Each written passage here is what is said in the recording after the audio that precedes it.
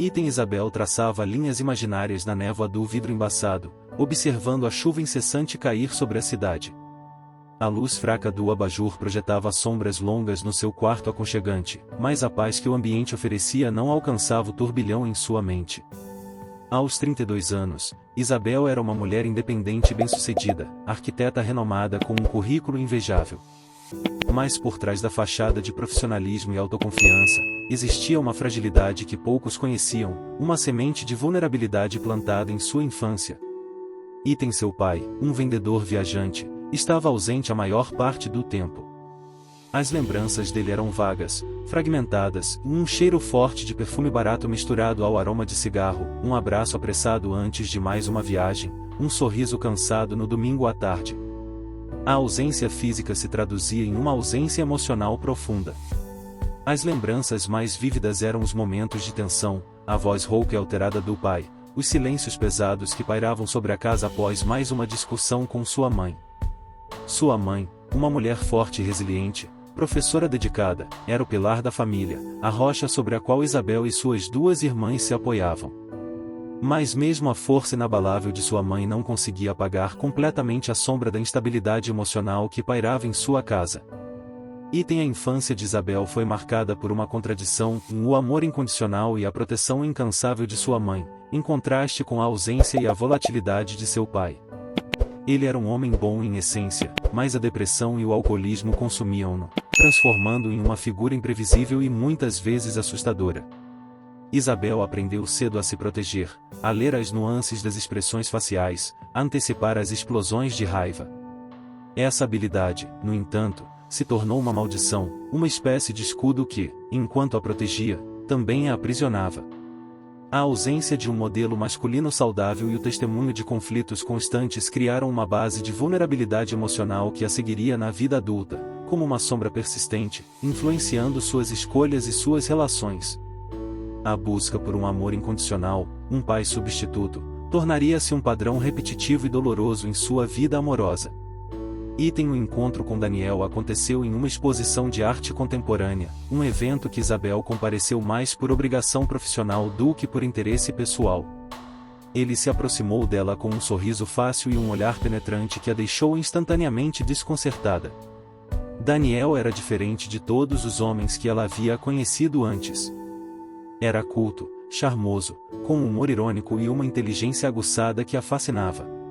Ele a escutava com atenção, perguntava sobre sua vida, seus sonhos, seus medos, sem jamais interromper ou desviar o foco. Era uma atenção genuína, ou pelo menos assim parecia. Item nos meses seguintes, o relacionamento floresceu rapidamente. Daniel a levava a restaurantes requintados, a concertos de música clássica, a viagens românticas para lugares paradisíacos. Ele a presenteava com flores, poemas escritos à mão, e declarações de amor tão apaixonadas que faziam Isabel se sentir flutuar. Era um conto de fadas moderno, um romance digno de um filme. Ele preenchia o vazio que ela carregava dentro de si, o vazio deixado pela ausência paterna, com uma intensidade avassaladora. Isabel se apaixonou perdidamente, cega para os sinais sutis de alerta que, aos poucos, começavam a surgir. Os ciúmes excessivos de Daniel, inicialmente disfarçados de demonstração de amor possessivo, tornavam-se cada vez mais frequentes e intrusivos. Ele criticava suas roupas, seu trabalho, sua forma de se comunicar. A princípio, Isabel atribuía essas reações ao seu temperamento forte, à sua paixão intensa. Ela justificava as pequenas manipulações, as tentativas de controlá-la, como demonstrações de amor excessivo, de uma preocupação exagerada, mas sincera.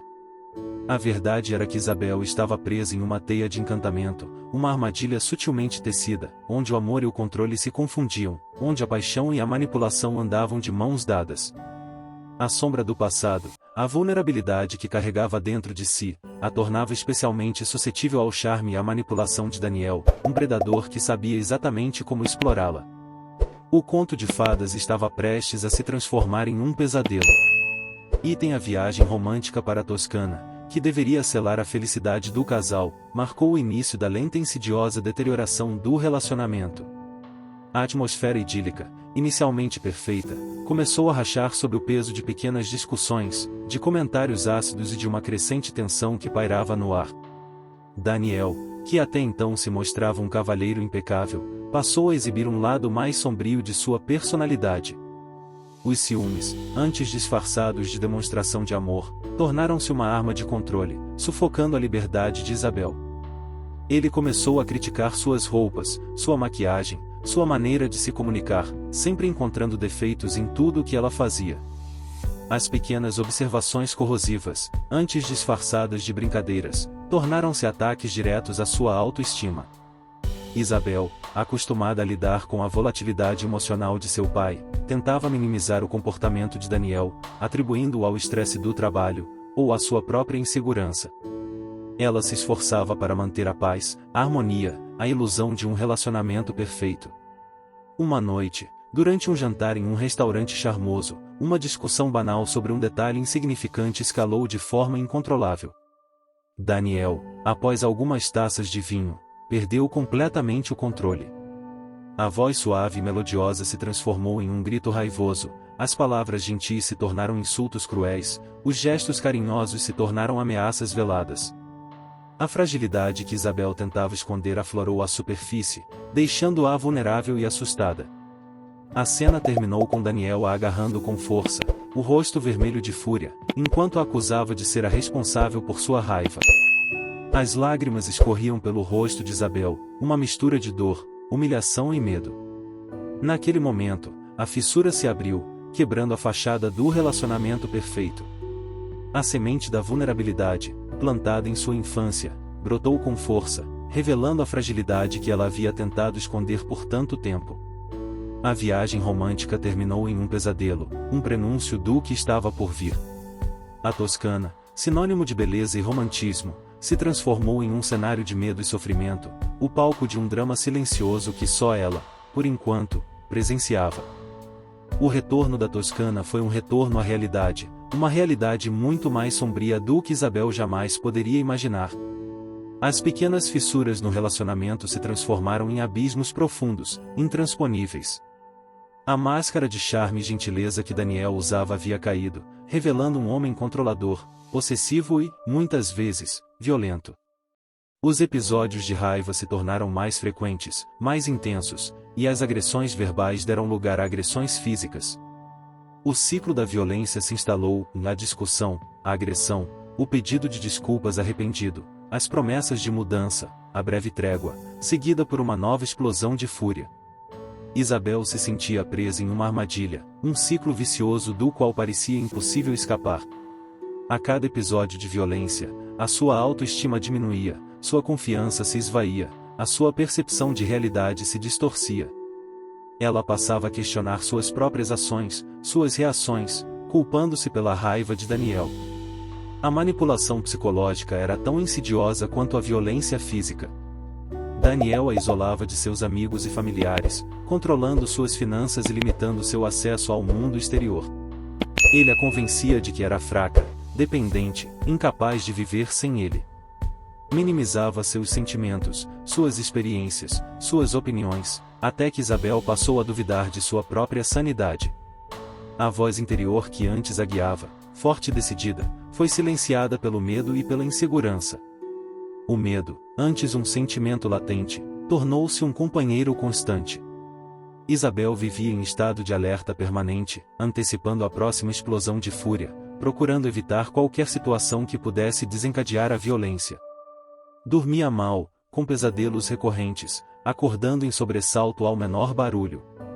A sombra do passado, a insegurança gerada pela infância conturbada, a tornava ainda mais vulnerável à manipulação e ao abuso de Daniel. A cada dia que passava, Isabel perdia um pouco mais de si mesma, afogando-se em um mar de medo e desesperança. Mas, mesmo em meio à escuridão, uma pequena faísca de esperança ainda brilhava, latente, aguardando o momento certo para reacender-se. O ponto de ruptura aconteceu em uma noite fria e chuvosa, semelhante àquela em que Isabel observava a chuva na janela no início de sua história. Uma discussão trivial sobre uma conta bancária desencadeou uma explosão de fúria incontrolável em Daniel. A violência física foi brutal, deixando Isabel com hematomas e cortes. Mas desta vez, algo havia mudado. A quebra não foi apenas física, foi também emocional. Aquele ato de violência extrema quebrou uma barreira em Isabel. O medo, que a havia aprisionado por tanto tempo, cedeu lugar a uma onda de raiva, uma raiva contra si mesma por ter permitido que a situação chegasse a esse ponto, e uma raiva ainda maior contra Daniel, o agressor que roubara sua alegria, sua autoestima e sua liberdade. No meio da dor física e emocional, um fio de esperança começou a se tecer. Após a agressão, Isabel não chorou. Não se culpou. Não implorou por perdão. Ela apenas olhou para Daniel, seus olhos cheios de uma raiva fria e implacável, e pela primeira vez, viu-o não como o homem que amava, mas como o agressor que ele realmente era. Aquele olhar de desprezo e indignação foi o divisor de águas. Nos dias seguintes, Isabel buscou ajuda. Contatou uma amiga de confiança, que a acolheu com amor e compreensão, oferecendo apoio incondicional. Juntas, elas planejaram a saída de Isabel do relacionamento abusivo, buscando ajuda em organizações especializadas em violência doméstica. O processo não foi fácil, repleto de medo, insegurança e incerteza. Mas a semente de esperança, plantada naquela noite chuvosa, estava crescendo, forte e resiliente. A jornada de recuperação seria longa e árdua, mas Isabel já havia dado o primeiro passo, o passo mais importante. Ela havia quebrado as correntes do medo, reconhecendo a gravidade da situação e buscando ajuda. A jornada para a reconstrução de sua vida estava apenas começando, mas agora, munida de coragem e apoio, Isabel sabia que não estava mais sozinha. A sombra do passado ainda persistia, mas a luz da esperança brilhava cada vez mais forte, guiando-a rumo a um futuro livre do abuso e da opressão. A fuga de Daniel não foi um ato isolado, mas o início de uma longa e árdua jornada de cura. Isabel deixou para trás a casa que um dia representou um lar, carregando consigo apenas algumas malas e a lembrança do sofrimento vivido. Acolhida pela amiga, ela encontrou um refúgio temporário, um espaço seguro para respirar e começar a reconstruir sua vida. Os primeiros dias foram marcados pela instabilidade emocional. O medo de Daniel, a insegurança sobre o futuro, a culpa que insistia em assombrá-la, se misturavam a uma raiva crescente e a um desejo incontrolável de justiça. A terapia se tornou fundamental nesse processo, um espaço onde Isabel podia confrontar seus traumas, processar suas emoções e reconstruir sua autoestima. A psicóloga ajudou a entender o ciclo do abuso, a reconhecer seus mecanismos de defesa e a desenvolver estratégias para lidar com as consequências emocionais da violência. Paralelamente à terapia, Isabel buscou apoio em grupos de mulheres vítimas de violência doméstica. Compartilhar suas experiências com outras mulheres que passaram por situações semelhantes foi um ato catártico, que a fez sentir menos sozinha e mais forte. Escutar as histórias de outras mulheres, suas lutas e suas vitórias, reforçou sua convicção de que era possível superar o trauma e reconstruir sua vida. A recuperação física também foi um processo desafiador. As marcas da violência física, embora muitas fossem invisíveis a olhos desatentos, ainda estavam presentes, lembrando-a constantemente do sofrimento vivido. Sessões de fisioterapia ajudaram a aliviar a tensão muscular crônica e a dor persistente. Isabel começou a praticar yoga, encontrando no movimento corporal e na respiração consciente um refúgio para a mente agitada. A jornada de cura não foi linear. Houve momentos de recaída, de dúvidas, de medo. Isabel teve que aprender a lidar com a culpa, com a vergonha, com a sensação de fracasso. Mas a cada passo adiante, a cada conquista, sua força interior crescia. A resiliência, que havia sido testada ao limite, mostrou-se mais poderosa do que imaginava. A semente de vulnerabilidade, outrora fonte de fragilidade, transformou-se em um solo fértil onde a força e a determinação floresceram. Com o passar do tempo, as feridas emocionais começaram a cicatrizar. A raiva cedeu espaço para a serenidade, o medo para a coragem, a insegurança para a confiança. Isabel redescobriu o prazer nas coisas simples da vida, em um passeio no parque, um livro envolvente, uma conversa com amigos queridos. Ela voltou ao trabalho, encontrando na arquitetura um refúgio criativo e um meio de expressar sua força interior. A jornada de reconstrução não significou apagar o passado, mas integrá-lo à sua história, transformando-o em uma fonte de aprendizado e crescimento. Isabel entendeu que a violência sofrida não a definia, mas sim a sua capacidade de superação. Ela descobriu uma força interior que jamais imaginara possuir, uma resiliência que a impulsionava a seguir em frente.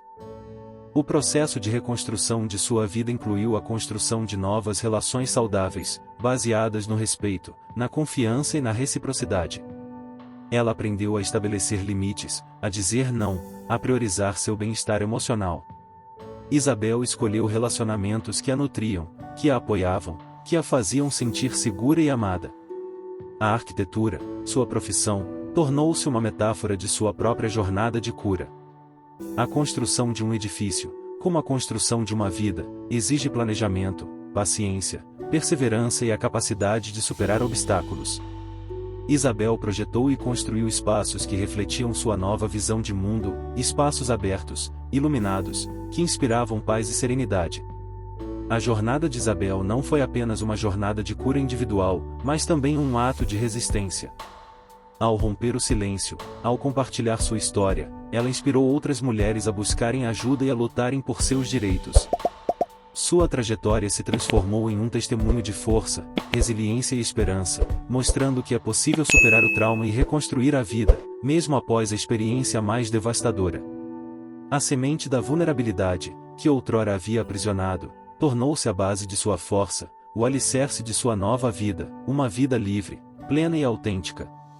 Isabel renasceu. Se gostou da história, inscreva-se no canal, deixe seu comentário. Gratidão.